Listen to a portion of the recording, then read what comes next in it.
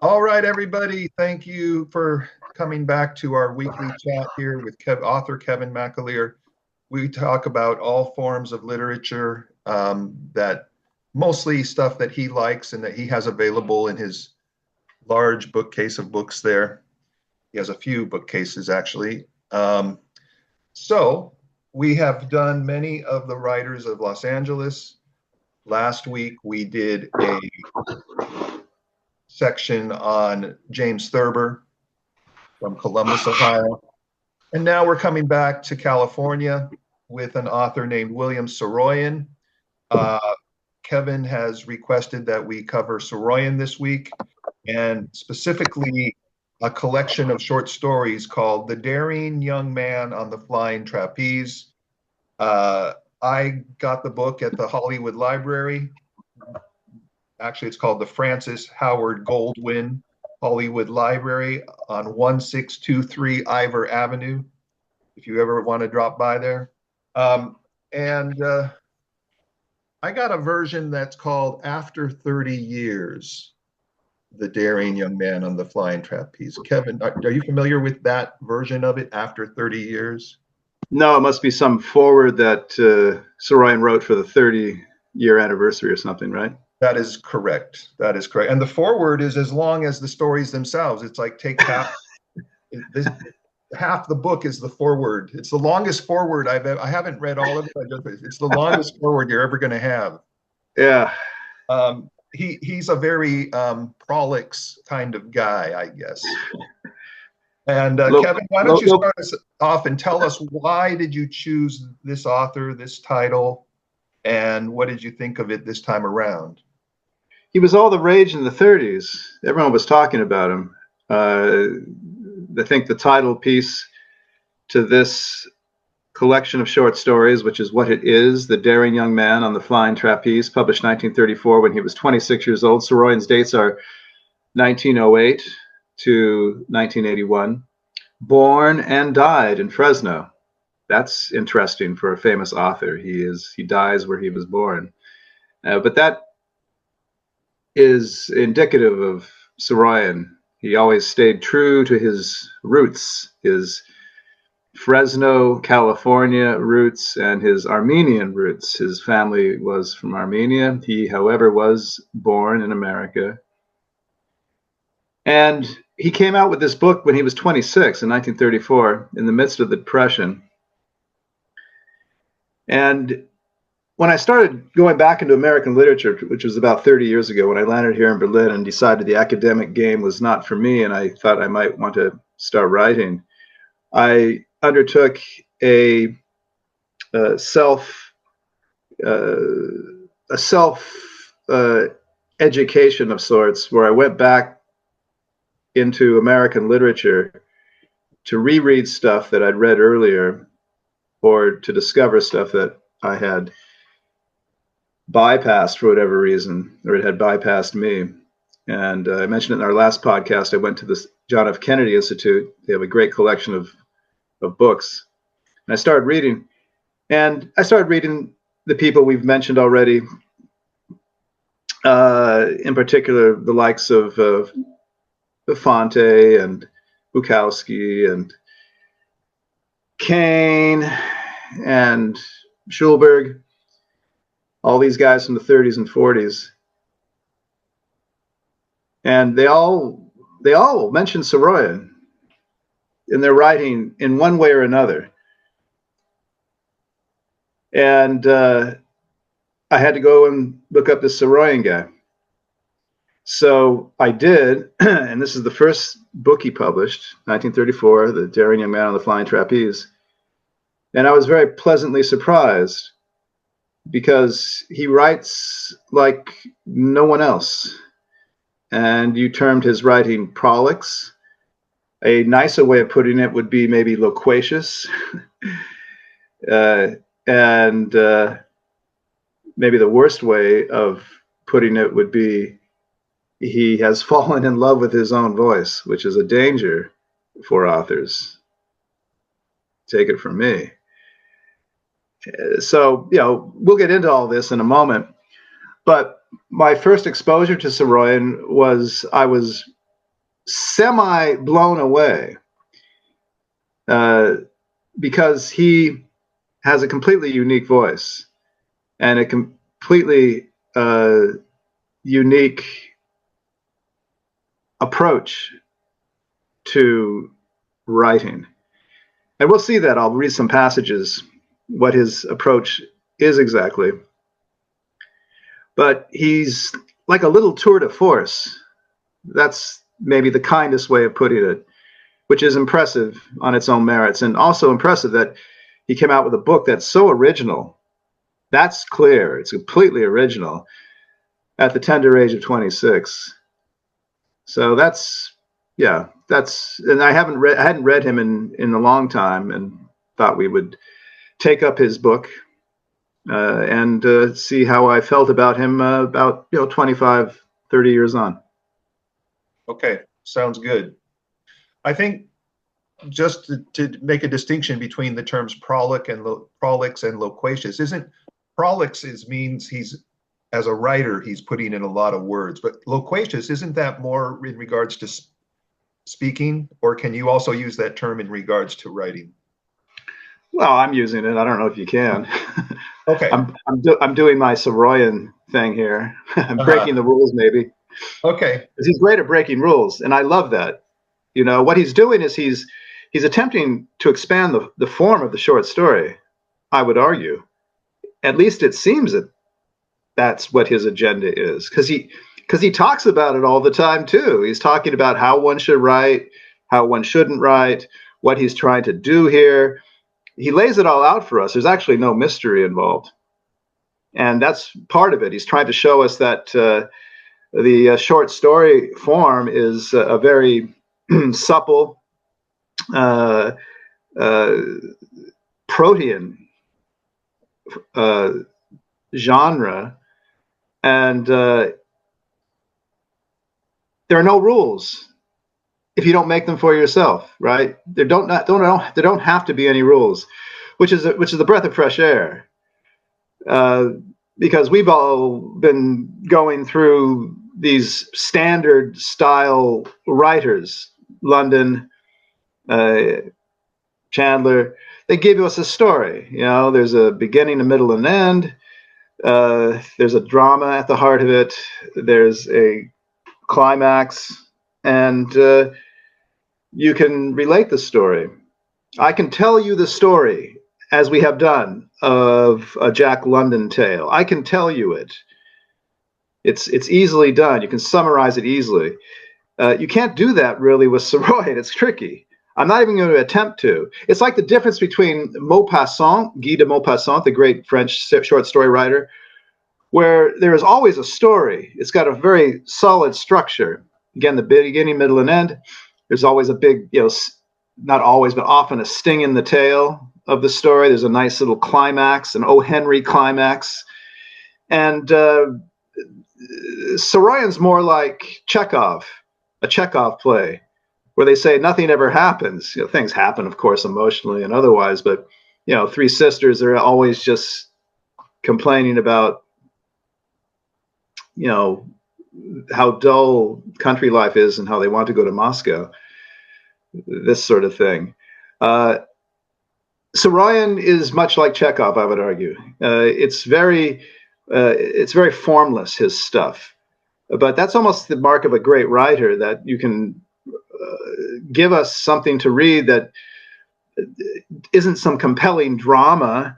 It is not holding us in suspense the whole time, where we got to turn the page, a la James M. Cain. But still we read on, and with pleasure, because he's so good with words, and there's such a sort of a genuine, honest integrity that comes across. I don't know what kind of a guy he was, but he seems like a very loving, appreciative, kind individual. He seems that way, in his prose. And that's sort of the flip side of it, the problem with it. There's so much life affirmation, so much cosmic love, so much wanting to embrace the world, that at a certain point you get a little sick of it. I think, the charm that I just described wears a little thin as you move on through the book. But for the first third or first 2/3 of the book, you are really captive to this completely novel voice that you have never encountered anywhere before. And that's always my big complaint about modern writing. Where are those unique voices that you cannot conflate with any other? You think, well, this is a completely unique voice and I've never run across this before. I think there are very few, but Saroyan is definitely a guy. You read a couple, 3, 4 lines, and if you know him at all, you say that's Saroyan, right? Which is a great accomplishment. At one level, it's a great accomplishment. I felt the same way. I only got through about 3/4 of the stories, but from what I saw, it was the main word that kept on repeating in my mind about his style is unique. Yeah, that's clear. Now, whether you like that style or not is another question. But at least, here's what I always say: what makes a great artist? A great artist is someone who's going to bring something new to the table. Like in music, that's the case. You've got about maybe 15 to 20 composers that we know about, that we talk about and listen to in classical music, but there were thousands, if not tens of thousands, writing music. Why do we know about Brahms, Schumann, Schubert, Wagner, and Tchaikovsky, but not the tens of thousands of other people who wrote music? Well, it's because the ones I mentioned brought something new to the table. Dvorak brought something new to the table that no one else had done, and that's why we love him, as well as the romantic melodies, of course. But it's the same with the plastic arts, people who are painters. We know about Matisse and Monet and Gauguin and Degas. Why? Because they were doing things that nobody else did up until that moment, and it was unique. And if they can do it with skill and precision and a certain giftedness, then it can make for a great artist. So let me ask you this, Kevin: would you say Willim Saroyan was a great writer? Yes, definitely. He fulfills that one requirement of being completely unique, and he's a very skillful wordsmith. It's not Dada-esque. Well, not always. There's a couple passages I can cite where I was a little impatient. It's like, what's going on here? Yeah. But those are few and far between. Usually, he's very coherent. He tells a story of sorts sometimes. For example, a story that he tells is of a couple guys, and they want to kick back somewhere, and they go up to a hotel. I guess you'd go up to a hotel and kick back at that in those days in the lobby or something. Anyway, they discover it's a bordello, and then the woman who works there, she brings all the girls in, and they start to flirt with the guys. They want to, get a payday, these girls. And one guy is flirting around with them, and the other guy wants to save this certain girl's honor. And it's funny because she doesn't want her honor saved, right? She wants to make some money. She wants to get through the day. She wants to pay her rent. She wants to eat, right? So that's kind of funny. So he does have little stories like that. It's not completely formless. But I say a good half of the book is these kind of formless meanderings about this, that, and the other, humanity, his love of it, the injustice of the world, and he just enjoying hearing himself write, I would argue. And we enjoy it too, to a degree. So would you say there's a certain egoism in this writing? Yeah, definitely. Okay. He's almost always front and center. I can, right from the beginning, which is warranted when you write a preface to your own work, that you're going to be talking about yourself and your work. But it's typical of how he is sort of laying down rules for us about how to be a writer, even if those rules constitute no rules. But this will give you a sense of Saroyan and his whole shtick. he writes in his preface to The Daring Young Man on the Flying Trapeze. He's 26 years old when it was published. Someone who isn't a writer begins to want to be a writer, and he keeps on wanting to be one for 10 years. And by that time, he has convinced all his relatives and friends and even himself that he is a writer, but he hasn't written a thing, and he is no longer a boy, so he is getting worried. All he needs now is a system. Some authorities claim there are as many as 15 systems, but actually there are only two. One, you can decide to write like Anatole France or Alexandre Dumas or somebody else. Or two, you can decide to forget that you are a writer at all, and you can decide to sit down at your typewriter and put words on paper one at a time in the best fashion you know how, which brings me to the matter of style. The matter of style is one that always excites controversy, but to me it is as simple as ABC, if not simpler. A writer can have, ultimately, one of two styles. He can write in a manner that implies that death is inevitable, or he can write in a manner that implies that death is not inevitable. Every style ever employed by a writer has been influenced by one or another of these attitudes toward death. If you write as if you believe that ultimately you and everyone else alive will be dead, there is a chance that you will write in a pretty earnest style. Otherwise, you are apt to be either pompous or soft. On the other hand, in order not to be a fool, you must believe that as much as death is inevitable, life is inevitable. That is, the earth is inevitable, and people and other living things on it are inevitable, but that no man can remain on the earth very long. You do not have to be melodramatically tragic about this. As a matter of fact, you can be as amusing as you like about it. It is really one of the basically humorous things, and it has all sorts of possibilities for laughter. If you will remember that living people are as good as dead, you will be able to perceive much that is very funny in their conduct that you perhaps might never have thought of perceiving if you did not believe that they were as good as dead. The most solid advice, though, for a writer is this, I think. Try to learn to breathe deeply, really to taste food when you eat, and when you sleep, really to sleep. Try as much as possible to be wholly alive with all your might, and when you laugh, laugh like hell, and when you get angry, get good and angry. Try to be alive. You will be dead soon enough. I think that's sort of his credo for writing and for living, and I would agree with him. You know, the first requirement for being a writer, at least of literature, novels, fiction, trying to invent something from nothing, basically, from your imagination, make people believe it, is you got to be alive. You got to be sensitive to your world and sensitive to your own and other people's psychic states. It goes with the territory. It's the first requirement, but sometimes, especially in this day and age, where everyone has a computer and everyone can send off an email to an agent and say, hey, what do you think? They don't get that. They think it's all technique, you know. You just get a secret formula, you plug it in, and you got a novel that's going to be up there with Stephen King and John Grisham and become a New York Times bestseller, if you even want that. But you can't even get that far if you're not alive to your environment and sensitive to your world, and you have to have lived a little bit, is what he's saying. So I agree with it. I agree with that advice. Okay, that must be one of the later stories, because I don't remember reading that one. No, that was the preface. It was right up front. Oh, a preface. I didn't get the preface. Maybe right. He substituted your preface with his 30 years later one.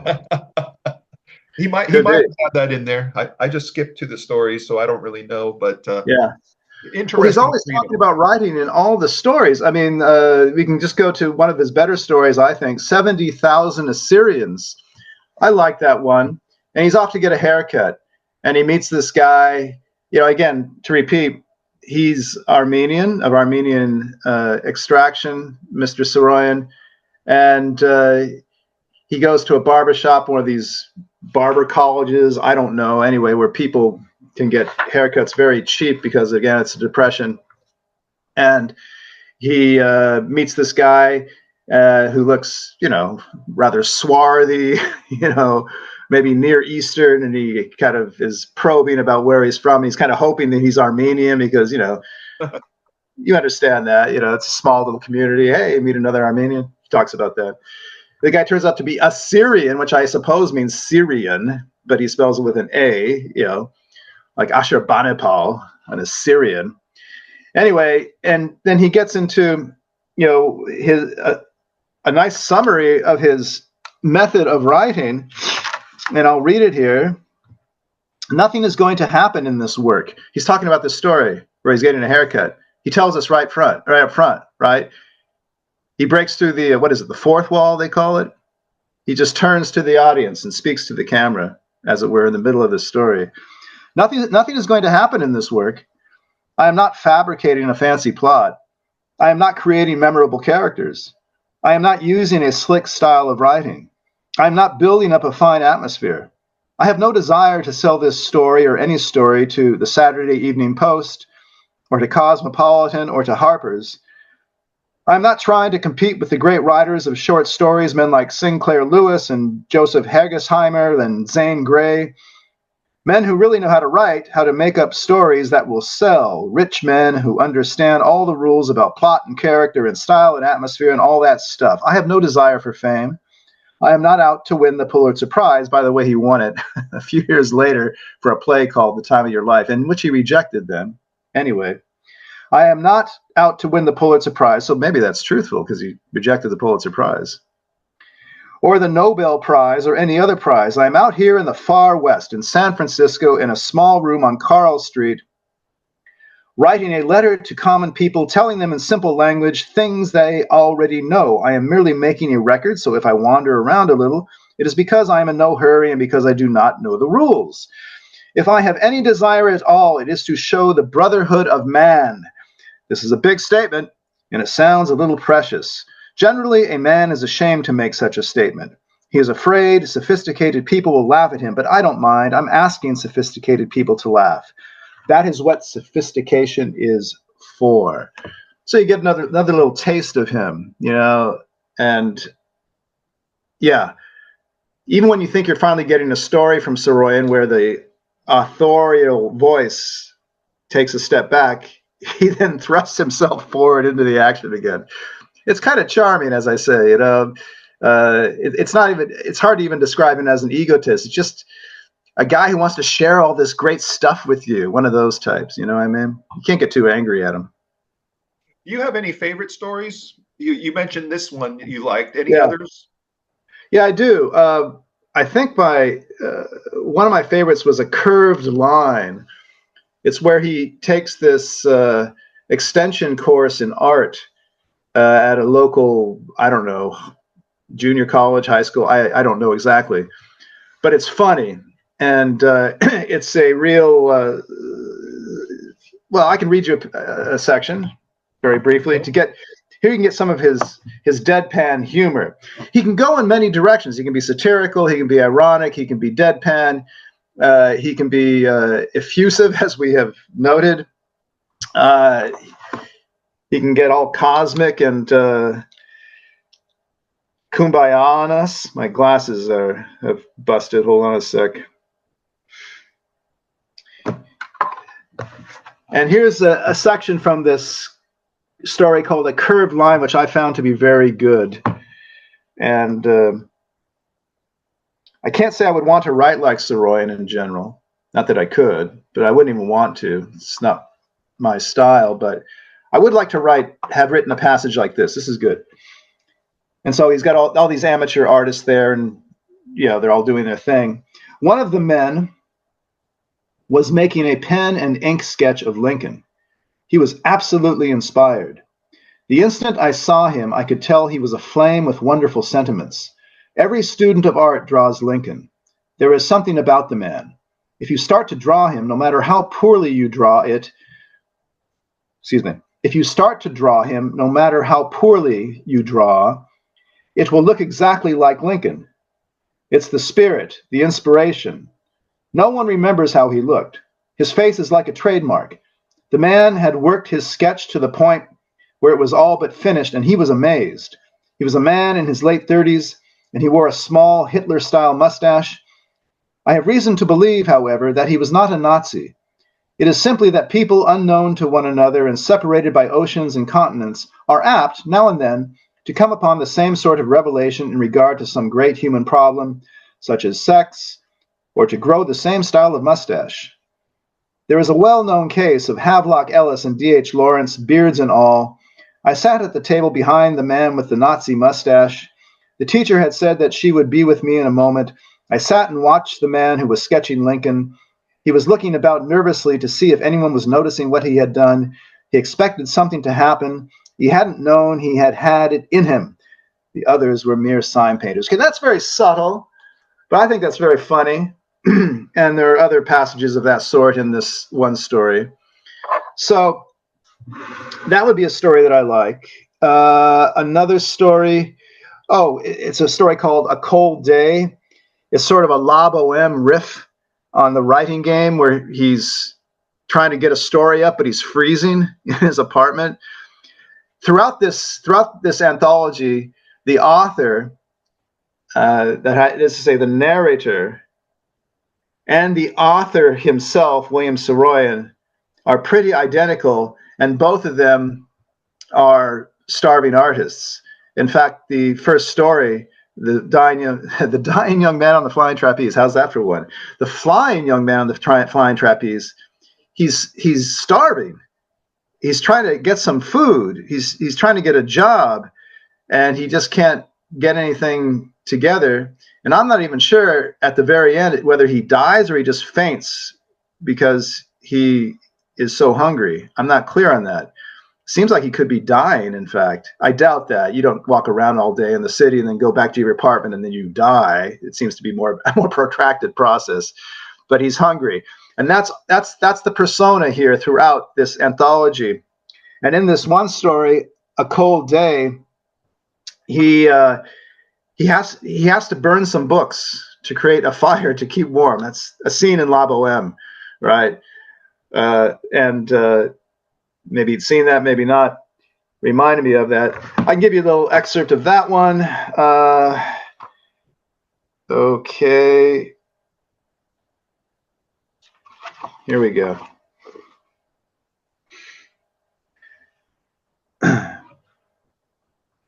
And it shows him here that he really knows the writing game at 26. This guy has done a lot of reading. And he's trying to figure out what book to burn because he reveres books and he reveres authors.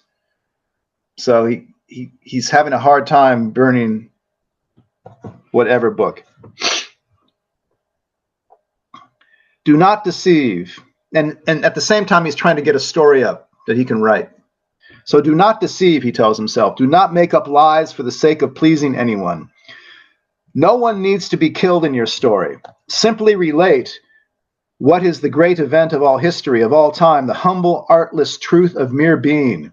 There is no greater theme, but emphasize the glorious truth of mere being. It is the major theme. You do not have to create a triumphant climax. The man you write of need not perform some heroic or monstrous deed in order to make your prose great. Let him do what he has always done, day in and day out, continuing to live. Let him walk and talk and think and sleep and dream and awaken and walk again and talk again and move and be alive. It is enough. There is nothing else to write about. You have never seen a short story in life. The events of life have never fallen into the form of the short story or the form of the poem or into any other form. Your own consciousness is the only form you need. Your own awareness is the only action you need. Speak of this man. Recognize his existence. Speak of man. Well, this is a poor idea of what the story was to have been like. Okay, so he goes on. So you get the Saroyan voice, right? You get this Saroyan attitude. And he's got this nonstop energy and need to share his thoughts about writing and humanity at every turn. And again, like I say, at first you're won over by it, but toward the end it wears a little thin, I should think. And I was getting impatient toward the end because it's more of the same. It's more of the same. Again, I think he should have shortened this book by half. That's my advice to all writers. If I was to be in a Saroyan-esque mood and I was going to bring certain tenets about how to write into my story, I would say that cut.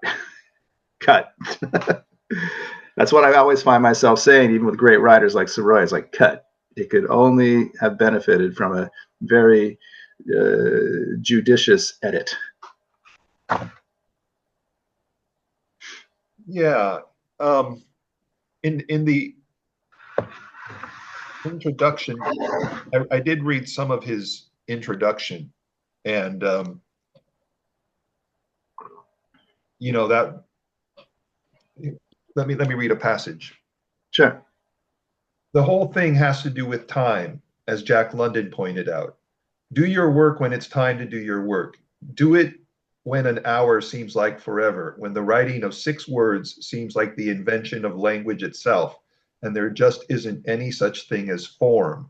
Do your work as that. Oh, wow. I lost it. Do your work at that time just the same, because not only is tomorrow sitting in the chair with you, but forever is sitting there too, here, now, come, and gone. If you don't write one little empty word after another, disbelieving, angry, and unwilling, who will? If you don't insist, who will?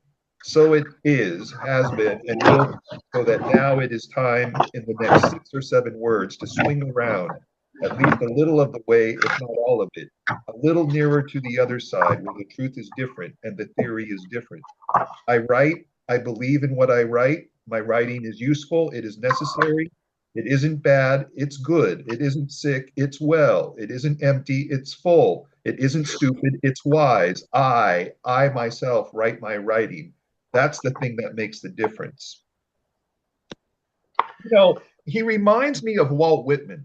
I mean, look, yeah, I agree with you. I made a little note.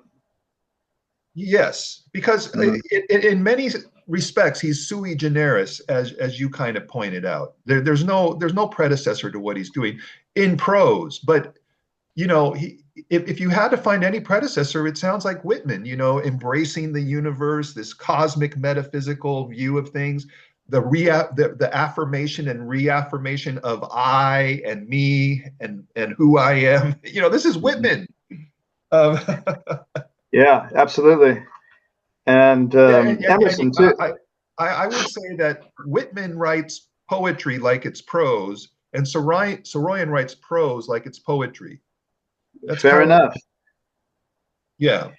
And there are little flashes of Emerson too here.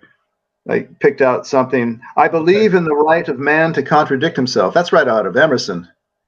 Okay. Yeah. Self-reliance. Yes. Consistency is the hobgoblin of little minds, right? Remember that one from English 101 or American Studies 101? Yeah. So yeah, definitely. I wrote Whitman and Emerson. Right on. So this Armenian from Fresno is in a proud American tradition. Well, and that tradition is called transcendentalism. Right. I think he's engaging in quite a bit of that. Yeah, and Thoreau with Walden. And simultaneously, Henry Miller in Paris was doing the same thing. Really? Yeah. And this is kind of, I wrote Henry Miller in the margin here. This will give you an idea maybe of Henry Miller if you haven't read him, though I like Henry Miller very much. I say though because I'm reading this passage as something that's, you know, you might not care for too much because it does get a little vague and, you know, emotionally effusive in parts. Right. But this has to be read so you can get the other side of Saroyan. All through the night, I had tossed with the thought of myself somehow alive on the earth, somehow specific, and at the same time a substance that was changing and would always change from moment to moment, imperceptibly, myself entering one moment thus and emerging thus over and over again. I wanted to know what it was in me that was static and permanent and endurable, what it was that belonged not to myself alone, but to the body of man, to his legend, to the truth of his motion over the earth, moment after moment, century after century. All through the night it seemed that I would soon learn, and in the morning I left my bed, standing in the darkness and the stillness, feeling the splendor of having form and weight and motion, having, I hope, meaning. Yeah, very Whitman-esque, Henry Miller-esque, so very life-affirming, an embrace of the cosmic energy and mystery. Here's another one. This one drove me to distraction, however. I can kind of accept those for a paragraph or two, but this went on and on. It's called The Big Tree Coming. It's about Christmas. And I'll read a little bit so you can get an idea. This is the first paragraph from the chapter. Thinking in the Mazda lamplight, the clock ticking night of January, and the silent radio bulging with 46 jazz orchestras, crooners, waltzes, tangos, quiet delirium. Ah, lovely cigarette, swift steed leaping no thought, swiftly over no space, the lovely taste of death coming, loveliness in death coming. All children must perish, sweeping high over it. All children must lose their faces. All children must walk with their small legs out of it. All children must go. Thinking of January night, all faces, all forms, all thought must go, and nothing is coming. Only slowly and swiftly the death of the moment, and the death of, three ofs, the death of who is it that thinks? And whence in the night the quiet of waltzes, the hush of noise? Who is it? Who and whence? Which avenue of the living? Which by the way of the dead? Tall, sad eucalyptus trees in January wind some centuries hence symphonically in no sadness of weeping. It goes on and on, okay? And, there must be some purpose to all this, but to quote or to paraphrase the famous Max Beerbohm, a caricaturist at the turn of the 19th century. There must be some purpose to this whole rant. It goes on for an entire chapter, but it would take a far less brilliant mind than mine to guess what it is. I can't figure it out. So here he loses me. Here I give a thumbs down to Mr. Saroyan. It hurts me to do so because I like the guy, his persona, but this kind of stuff peppers the anthology, and we could have done without it. Two stories that I thought were quite effective. One was called Snake and one was called Harry. Do you remember those two? Yeah, I do remember the snake one. Yeah. And that's Harry pretty good. A guy's metaphysical ponderings upon seeing a snake in a park and following it into the bushes and thinking of killing it, but feeling such a connection to another life form that he decides to withhold his urge to kill. And he goes back and tells his significant other, a female who's either his wife or his girlfriend, sitting at the piano and telling her about the snake and how he was analyzing the snake to death and then analyzing her. It's an interesting correlation he brings between analyzing the snake and analyzing the woman you love. Right. And I remember Harry. Harry is this young kid who's a real go-getter, and he dies young, tuberculosis, I think. And people talk about him all the time. It's Saroyan's little in memoriam to this guy. It's touching little piece. I liked it too. He's a guy who's always on the take, trying to make money in every single situation. And right, that's it. Yeah. And he becomes a legend in the town. And even when he dies, people say, hey, Harry could have made money out of this situation, or he could have made hay out of this. Another really good one I thought, Kevin, was 17. The 17-year-old who's reading Schopenhauer and how he's cynical about women, and he's all full of his own male virility, and he's thinking of going out and crudely possessing a woman somehow. But at the end of it, he gets home to mama and breaks down and cries. It's really interesting, effective stuff he has there. Right, I like that too. Mm-hmm. And but I did like Harry in particular of those three you mentioned. I'll read the last paragraph, which gives you some idea. Okay. All this will give you an idea what sort of a name Harry made for himself. But the funniest stories about him are the ones that have to do with Harry in heaven or in hell, selling earthquake insurance and automobiles and buying clothes cheap. He was a world beater. He was different. Everybody likes to laugh about him, but all the same, this whole town misses him. And there isn't a man who knew him who doesn't wish that he was still among us, tearing around town, talking big business, making things pop. A real American go-getter. I like that. Yeah, it's the moral for me in stories like that are that this kid was sort of a nuisance. He got under people's skin. He was kind of a jerk in many ways, a bother. But once the kid is gone because he made things pop, right?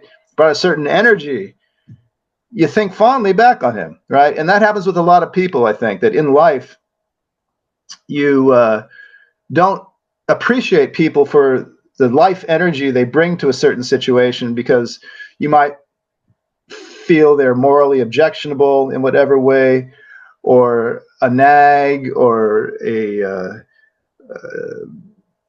just a real pill, hard to swallow in whatever way. And I think I know of people like this who are no longer with us, who upon whom I looked askance. But you have a certain fondness for them, and maybe it's the absence makes the heart grow fonder. You know, maybe you wouldn't think so fondly of them if they were still around. Probably not. But that's an interesting dynamic that takes place. And I'm not talking real bad people who you're just glad to be rid of, right? Get out of my face, get out of my life. But people who are sort of on the, they could go either way when they're alive, and then when they finally do pass on, you do kind of take them to your heart. That's interesting. I found that interesting. Yeah. Yeah, and that character of Harry reminded me of Sammy in What Makes Sammy Run. Exactly. A guy who's just out for himself, almost Machiavellian in his dealings with others, but there's a certain fondness you can get at them because they're not such terrible people. Not really, not at heart. And yeah, I thought of that too as I was reading that story, Harry.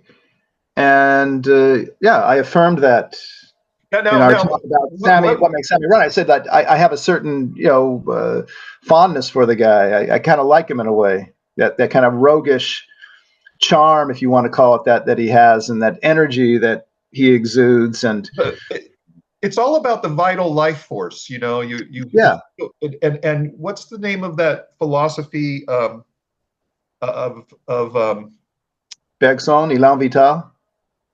No, it's from Carlyle, vitalism. The human vital. There's a vitalistic element to humanity. Whatever endeavor you're in, bring vitalism to it, and that's attractive. Yeah, and I even know certain of my enemies. We've all had them in our lives, who may be no longer of this world, or they have just passed out of my life. But again, for whom I have fond thoughts, because they gave me a little bit of a jolt at the time, but they helped me to progress in a certain way, you know, if only through my consciousness of what's out there, you're learning, you know. And now that they're out of your life, you can feel kind of fond toward them, feel fondly. Point there. And so it's I would say that his writing is very humanistic. Oh, totally. Yeah. He expresses a love for humanity, even those who you might look a little bit askance at. You still have an embrace of their inherent humanity. Yeah, he seems like he was a very sweet guy. Again, I don't know his biography. I don't know how he actually was, but if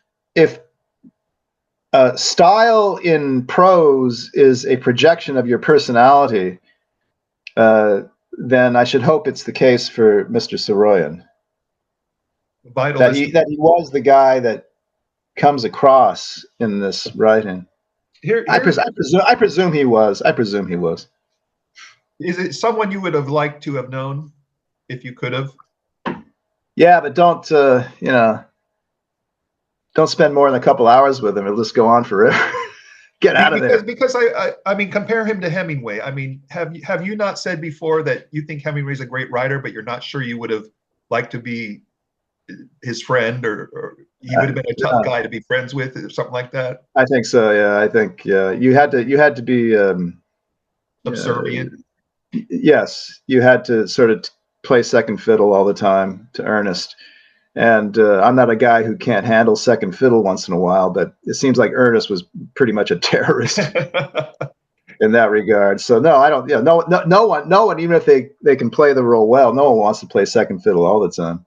Okay, And now let me read a passage from 17, the one yeah, about the adolescent who's feeling his wild oats. sure. He was a slight boy with sad Polish eyes, small for his age, fidgety, a lover of books, loud in conversation. At 13, he began to read books that were said to be evil, books with thoughts in them that were said to be vile, about women, Schopenhauer. And reading these books, he began to expand, growing large inwardly. He became disdainful, aloof, mocking, and he made impolite remarks to his school teachers, shocking them, seeking trouble everywhere, a chance to quarrel, to be angry, a chance not to be passive and indifferent and half asleep about life. It was all excessive nervousness, and it came partly from the books he read and partly from himself, the way he was inevitably insane with life. Nevertheless, there was a strange tenderness in him that he could never efface, and every now and then he would stare at himself in the mirror and see the tenderness in his eyes. It would make him frantic. He didn't want to be that way. He didn't want to be weak like other people. He was proud because he hadn't once cried in 10 years, and he knew there had been many occasions for him to cry. The time he struck his father and felt inwardly unclean. It was never for himself that he had wanted to cry, for others, for hurting something in them, but he had always made himself laugh. And one more little bit. All his life, he had wanted to be fully alive, physically, violently, and now he was beginning to feel what it was like, the feeling of vastness in him, the sense of unlimited strength, the mockery in his heart for sacred things, the ribaldry that he felt in regard to love. Love? He knew all about that nonsense. He had read an article in the Haldeman Julius Monthly about love, and he knew love was purely physical. All the rest was imaginary, stupid, fake. Strength accumulated in man and had to be released. It was not personal, it was abstract, universal. One woman was the same as another. It was the function, the act that was inevitable. Powerful Yes, stuff about how a young man is feeling his wild oats and trying to manifest them and then wanting to find some tenderness in response to that, virility. But there's a vitalism to this writing.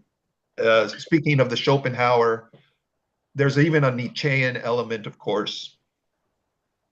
well, the big Nietzschean element is this life-affirming aspect. And And also, when you go to women, bring your whip. The yeah, famous maybe there's quote some by of that Nietzsche. too. Yeah, that kind of attitude suffuses this story 17. But at the end, the guy ends up breaking down crying at his mother's in his mother's arms, pretty much, because he feels bad about this feeling he has toward women and how he wants to manifest his virility.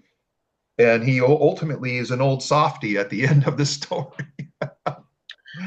Yeah, But we span the whole spectrum of human emotions here with Saroyan.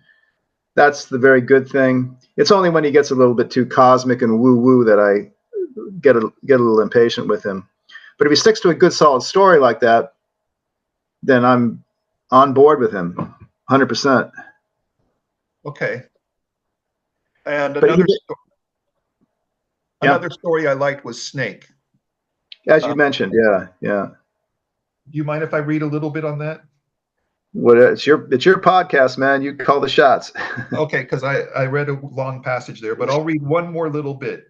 It was a lovely snake, clean and graceful and precise. The snake's fear frightened him, and he became panic stricken, thinking that perhaps all the snakes in the park would come quietly to the rescue of the little brown snake and surround him with their malicious silence and the unbearable horror of their evil forms. It was a large park, and there must be thousands of snakes in it. If all the snakes were to find out that he was with this little snake, they would easily be able to paralyze him.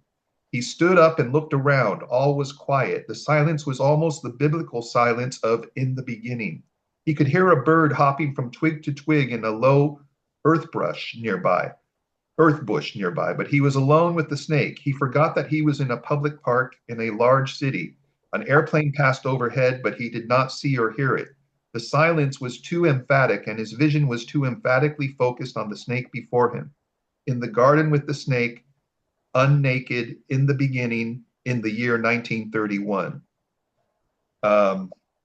He squatted on his heels again and began to commune with the snake. It made him laugh, inwardly and outwardly, to have the form of the snake so substantially before him, apart from his own being, flat on the surface of the earth, instead of subtly a part of his own identity. It was really a tremendous thing. At first, he was afraid to speak aloud, but as time went on, he became less timid and he began to speak in English to it. It was very pleasant to speak to the snake. So, there again is the metaphysical connection to all creatures, not just other human creatures, as we see in his other stories, but even to the dumb animals, as Aristotle referred to the animal. Yeah, he's very in touch with the human condition and human suffering. There's a story that is toward the very end. It's called "Sleep in Unheavenly Peace."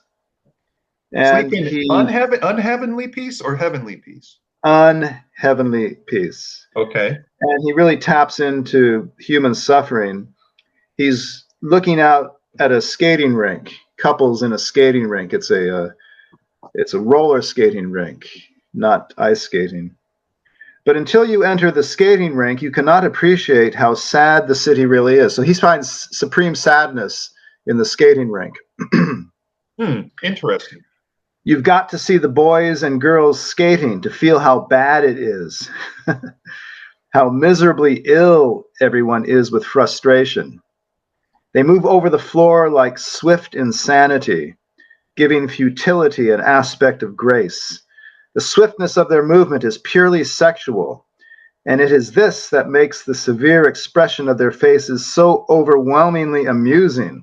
The sadness that goes around with them in spite of the fact that they are on roller skates, going around and around on a hardwood floor. But you do not really laugh. It is merely a feeling you experience, a sadness for man that can only be articulated through laughter. There's some very intricate thought there. And again, 26 years old. He's a monstrous talent. No question, right? In my mind, no question. A monstrous, original talent. And there's some great stories here. There's some great passages. And yeah, I think that I can speak for you in our little Siskel and Ebert critique that we're both giving it a thumbs up. Is that correct? Yeah, I have to give it a thumbs up. Now we only have a few more minutes left, but let me quickly mention a couple more aspects that I think about his writing. A lot of it is stream of consciousness, and that was Joyce was the big thing back then, and a lot of writers did that. And Virginia Woolf too. Yeah, read her stuff. So he's kind of doing some of the stream of consciousness. Another thing he's doing is what you might call experimental writing. It seems like a lot of this is experimental stuff. Oh, sure. Yeah. And not all experiments are successful, of course. Right. But some stories better than others, of course. Yeah. Yeah, but we appreciate the experimental spirit, shall we say? I appreciate it. I'd rather read a guy who goes a little further than is perhaps advisable and has a glorious failure than someone who just stays within the boundaries and doesn't do anything with any kind of risk involved. And he does it with great panache too. I have to hand it to him, even when he fails. I like him. I think he's a top writer. And again, he's one of those writers, one of those great writers in American literature that very few people have even heard of at this stage. You know, I took many years getting a bachelor's in English literature, getting a master's in English with an emphasis on literature, and I never once heard his name mentioned in any of my classes. Yeah, he again. I mean, he writes about that in the book, that he's not writing. Well, the sophisticates aren't going to dig his stuff, right? He knew that, and they don't. He's not in the canon, I don't think. He's you're reading people like Virginia Woolf and Joyce, but you're not reading Saroyan. I would argue that he should be read. And again, this book in 1934, it made a gigantic splash with writers in particular. He was a writer's writer. That's what brought me to him originally when I was reading all these people in the John F. Kennedy Institute. It seemed that the writers really loved him. Interesting. Yeah, and the public too. And maybe we can end with this. I mean, people might know him through a song that he wrote with a fellow named Ross Bagdasarian, a Armenian cousin of his from Fresno. They wrote a song together. I think Ross wrote the melody, and William Saroyan wrote the lyric to it, called "Come On to My House." Do we know this one? Come on to my house, I'm gonna give you candy. Come on to my house, I'm gonna give you apple and a plum and an apricot or two. Hey, he wrote that lyric. That one before. He wrote that. It's from like some. He derived it, I think, from some old Armenian folk song. Oh, but you hear Rosemary Clooney had a big hit with it in 1951. Really? And then Della Reese, a kind of a cha-cha version. It's a cool tune. It really rocks. Yeah. Anyway, he wrote that, and he was a multi-talent. Again, he wrote "The Time of Your Life," which won a Pulitzer Prize, and I think the New York Critics Award. He also wrote an Oscar-winning screenplay in 1943 by MGM. It was produced, called "The Human Comedy." And he won the Screenplay Academy Award, 1943. He made a book out of it. He made a novel out of it. And, short stories, as we see here. I remember after I finished this, I was very enthused when I first read this 30 years ago. I was very enthused about Saroyan. And then I went to his next book of short stories, which was, I have it here. Yes, it is called Inhale and Exhale, 1936. And it's just mammoth tome. The guy was prolific. It must have been 300, 400, 500 pages. And I remember reading something by Bud Schulberg, author of What Makes Sammy Run, the greatest Hollywood novel ever written, that he knew Saroyan very well at that time. And he had helped to put the book together. And as soon as he got the book together, like Saroyan would come rushing over with some new typed pages of a new story. He's like, "You got to put this one in." He said it was very frustrating. You can see that the guy, he was a little bit too prolific for his own good at times. Because I remember reading this and I thought, okay, nice story, but he threw everything but the kitchen sink into this, and it's just a little too much. So yes, a little proviso for those of you who might be interested in reading Saroyan, in small amounts, I think is the way to do it, because he can be a little bit too much, even for enthusiasts like myself. Okay, one other thing. When you say What Makes Sammy Run is the greatest Hollywood novel, I'm not sure I agree, because I don't know enough Hollywood novels. You got. Well, I'm not speaking for you. I'm telling you the categorical truth. You can take it or leave it, but I'm speaking for myself. Okay, there you go. And one more thing to say about this collection of stories. I had read somewhere, maybe on the Wikipedia entry, or no, actually in his long introduction, that apparently he wrote, there's about 30 stories in here. He wanted to write one short story per day in 30 consecutive days. So I think he just wrote this all one per day consecutively. And that was part of the experiment. I don't know if he did that for this book, but maybe, I'm sure certain stories from that experimental month made it into the volume. But I know that the title story, The Daring Young Man on the Flying Trapeze. That won an award. It won an O. Henry Award, I think, or it got third place. I'm not sure exactly, but it was recognized. So that meant it had to come out earlier in a magazine. I'm not sure. I'm not sure if that's how all these stories were written. That would be a talent beyond belief. Then He seems pretty talented. He might be able to, you know, speaking of the daring young man on the flying trapeze, you know, that might be a metaphor for his style of writing, where it's taking a lot of risks, let's say. No question. That is apparent indeed. And I was waiting for the title question on your part. Here it comes. Oh, Yeah, of course. It's the title story, and it's perfect for what he's doing. He's perfect just metaphor for his style. Yeah, he's trying to throw a triple, and we hope the catcher has good hands and catches him before he falls from the sky Into the net. Sometimes he does miss the connection there on the triple somersault and falls into the net, but more often they make the trick or the jump. What would you call that? They pull off the stunt. They pull off the stunt more often than not, it seems, in this book. So, Kevin, we do have to close here, and I just want to thank you for introducing me to this, because I Sure. never got it in my academic life as a student. So I'm glad I got it here. It's well worth a read, and we'll leave everybody with that, unless you have a final word there, Well, I Kevin. just want to say that is my mission in life. If they're not going to read my stuff, I'm going to introduce people to forgotten authors whose stuff might appeal. Very So, worthy of you, my friend. Very, very worthy and humble.